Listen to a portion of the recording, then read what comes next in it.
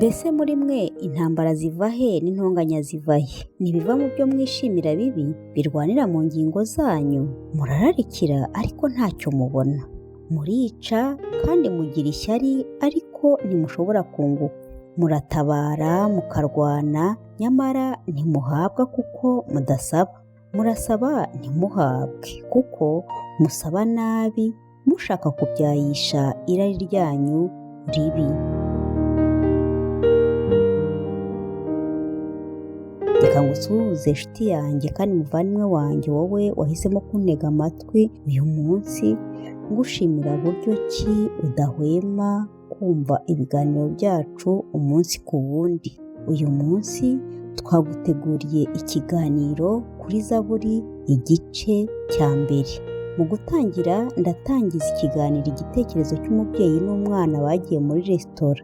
Nshimira ababyeyi bajyana ababo muri resitora ndetse no mu mikino itandukanye bivanye n'ubushobozi bwabo uko bungana, kuko buriya no kureka umwana akigaragura mu cyondo ahagarikiwe n'umubyeyi we hagamijwe gushimisha umwana nabyo burya ntako bisa, nubwo tuyifata nko kwiyanduza. Ubwo bageraga muri resitora rero bose batumijeho ibyo kurya nk'uko natwe tubikora, ariko uwo mwana yakundaga ice cream cyane kandi azi ko na mama we akunda imbuto, maze umwana ategereza ko mama wiwe akomanda ice cream araheba, yewe abona nta na gahunda ihari yo kuyigura. Nuko ibyo kurya bije, umubyeyi asaba umwana gusenga kugira ngo babone ko bafungura. Nuko umwana ubwo yasengaga yarahumirije aterura isengesho agira ati, urakoze Nyagasani kuduha amafunguro y'uyu munsi, ariko ubutaha uzahe mama wanjye amafaranga yo kugura ice cream ndetse n'imbuto mu izina rya Yesu, amen. Umuntu wari iruhande rwabo aho hafi araseka cyane, arakwenkwenuka aravuga ati, ariko abana b'abakire we ni abadabagizi koko, ntibakimenya gusenga, ntibazi ibyo basengera. Nuko ubwo bari bamaze kurya, mama wa wa mwana akomanda ya ice cream, maze umwana nawe arayifata ayiha wa muntu wari iruhande rwabo wamusetse avuga ko atazi gusaba. Umwana aramubwira ati, rero njyewe imigisha narayibonye myinshi n'ubu ndacyayibona, none rero uyu munsi ndawuguhaye. Ikaze mu kiganiro.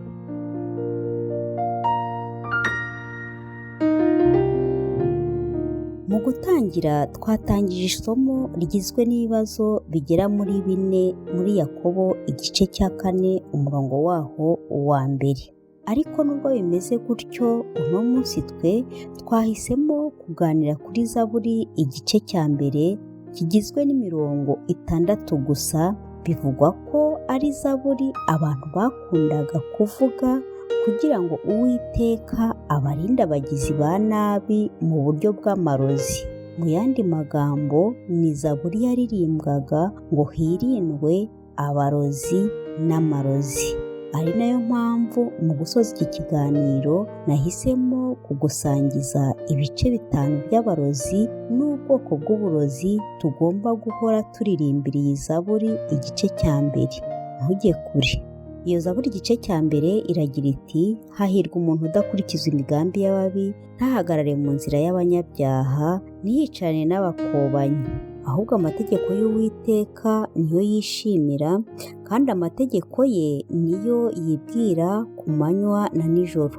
Uwo azahwana n'igiti cyatewe hafi y'umugezi, cyera imbuto zacyo igihe cyacyo, ibibabi byacyo ntibyuma, icyo azakora cyose kizamubera cyiza. Umurongo wa 4, ababi ntibamera batyo, ahubwo bahwana n'umurama utumurwa n'umuyaga.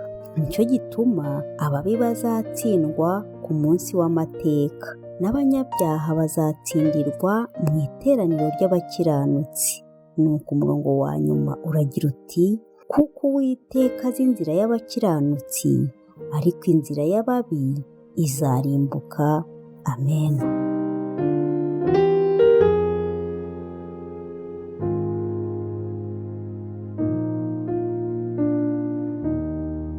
Mu gutangira twatangije igitekerezo cy'umwana wahisemo guha umugisha we w'ibigaragara umuntu yabonaga ko awukeneye.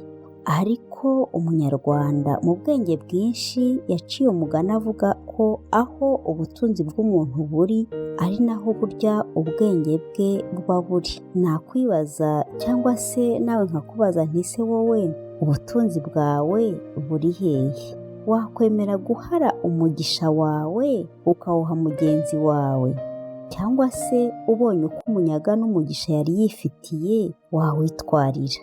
Nk'uko twatangiye tubibona ngo iyi Zaburi abantu bayivugaga nk'isengesho cyangwa se igisigo kugira ngo birinde abarozi ndetse n'amarozi. Umwana nawe mu isengesho ati Mana ubutaha uzagirire neza mama, umuhe amafaranga agure ice cream n'imbuto.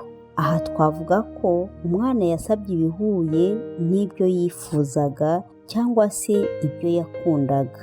Yakobo nawe ati murararikira ariko ntacyo mubona, mugira ishyari ariko ntimushobora kunguka, ntimuhabwa kuko mudasaba, n'ibindi byinshi namwe mwateze amatwi ubwo nasomaga Yakobo. Reka turebere hamwe ibice by'abantu batanu baruga intekerezo zacu ari nabwo bwoko bw'amarozi n'abarozi byatumye igice cya mbere cya Zaburi cyitirirwa ko ari igice cyandikiwe kurwanya umubi n'ikibi ariko mu buryo bw'amarozi. Umuntu wa mbere ni umuntu uhora yumva ko ibibazo afite yabitewe n'abandi bantu ku buryo we yumva ko nta ruhare abifitemo.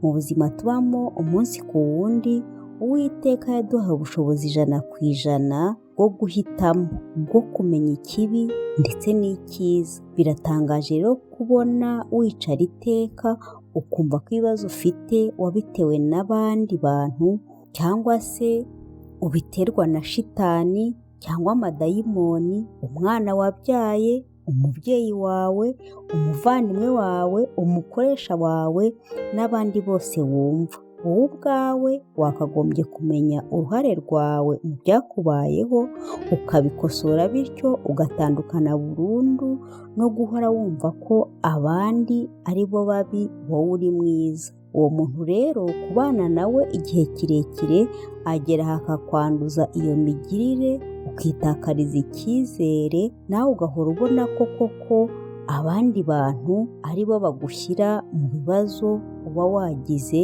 umunsi ku wundi. Hanyuma umuntu wa kabiri we aratangaje, ni umunyeshyari. Ntago muvugaho ibintu byinshi kuko wowe uramundusha. Abanyeshyari rero bari mu bice bibiri, hari umunyeshyari ryubaka ndetse n'umunyeshyari risenya.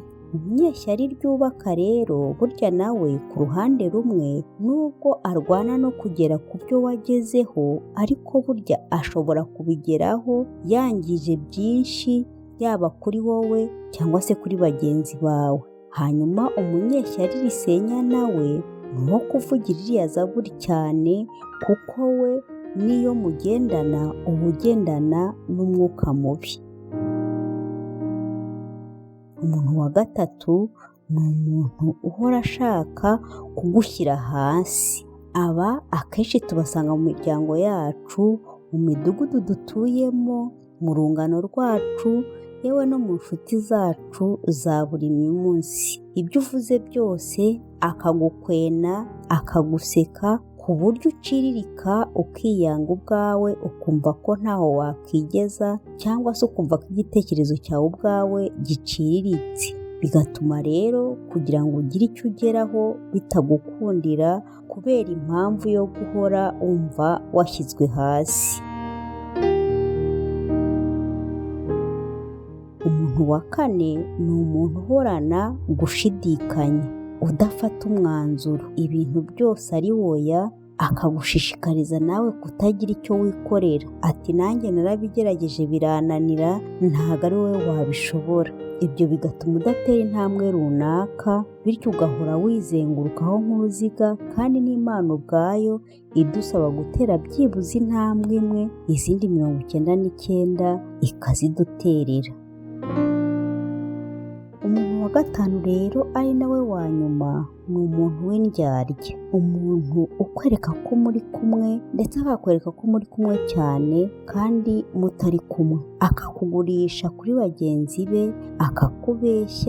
akakubeshyera kakahava, n'ikibi cyakuzaho we akabyina icyuya kikamurenga. Ngabo abantu bo mu byiciro bitanu tugendana nabo umunsi ku wundi, batugaburira amarozi mu buryo budusenya, mu buryo bwa mwuka, intekerezo ndetse n'imibereho yacu ya buri munsi. Umunyezaburi ya mbere yashatse ko tuzajya duhora dusabira umunsi ku wundi abantu bameze gutya. Gusa nubwo bimeze gutya, ntiturageraho Satani atarabasha gutera imyambi. Tugomba guhora twifuriza ibyiza ndetse tunababarira bagenzi bacu bamwe muri twe bafite zimwe muri izi ngeso, kugira ngo ubwo tuzava muri iyi si tuzatabarukane impundu twese imbere y'Isumba byose nta kizinga. Gira amahoro.